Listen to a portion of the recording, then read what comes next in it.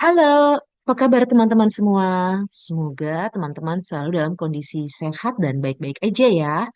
Oke, pada pertemuan ini kita akan mempelajari mikroekonomi dalam konteks digital dan keberlanjutan.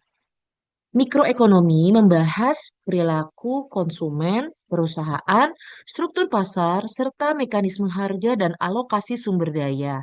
Di era digital, proses ini berubah secara fundamental melalui digitalisasi, platform ekonomi, serta pemanfaatan big data dan juga AI.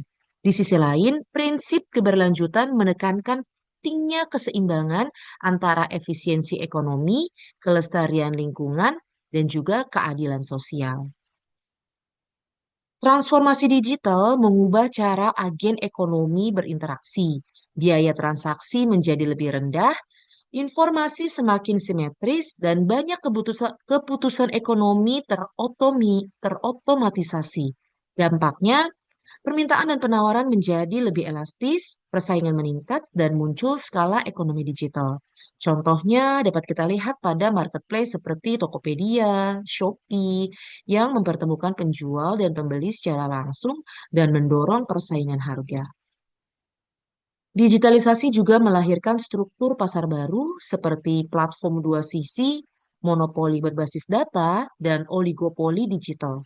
Pasar digital ditandai oleh network effect, switching cost yang relatif rendah, serta dominasi pemain besar melalui penguasaan data. Gojek dan Grab adalah contoh nyata di mana semakin banyak pengguna, semakin besar nilai platform, sekaligus menciptakan hambatan masuk bagi pesaing baru.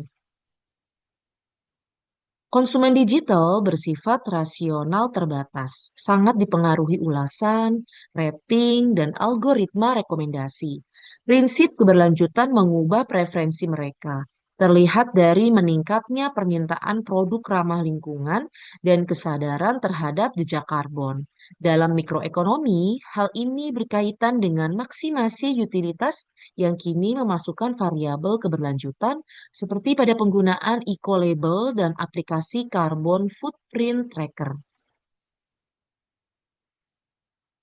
Perusahaan digital menghadapi keputusan penting terkait output optimal, struktur biaya, dan investasi teknologi hijau.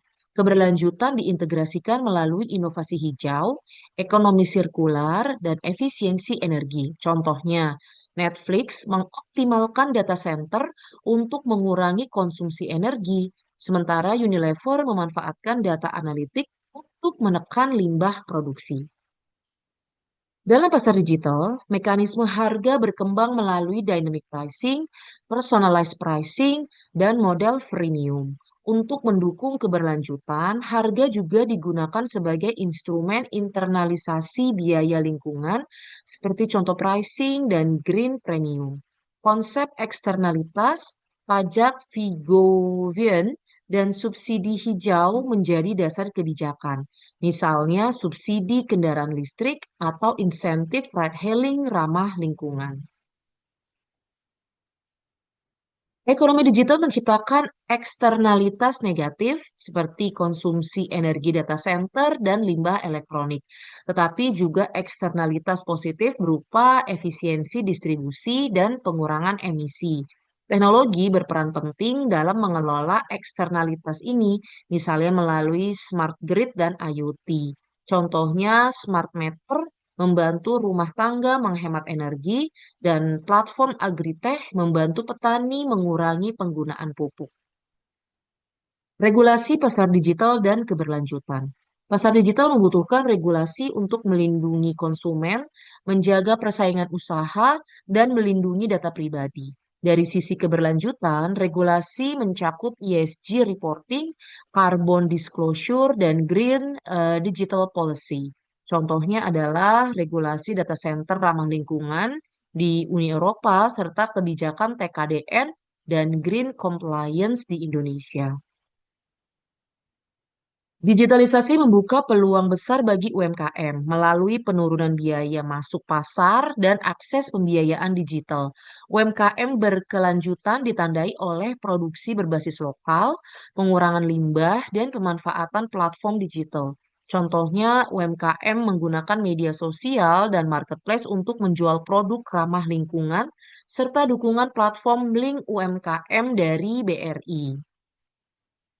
Meskipun menawarkan banyak peluang, mikroekonomi digital berkelanjutan juga menghadapi tantangan seperti kesenjangan digital, dominasi platform besar, dan praktik greenwashing. Namun, peluangnya sangat besar, mulai dari inovasi model bisnis hijau, efisiensi biaya jangka panjang, hingga peningkatan kesejahteraan sosial.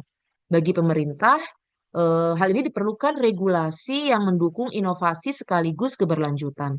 Bagi perusahaan, strategi digital berkelanjutan dapat menjadi sumber keunggulan kompetitif, sementara itu konsumen berperan sebagai agen perubahan melalui pilihan konsumsi yang lebih bertanggung jawab. Oke, secara keseluruhan, mikroekonomi digital berkelanjutan menekankan efisiensi pasar berbasis teknologi, perubahan perilaku konsumen dan perusahaan, serta peran regulasi dalam menjaga keseimbangan ekonomi dan lingkungan.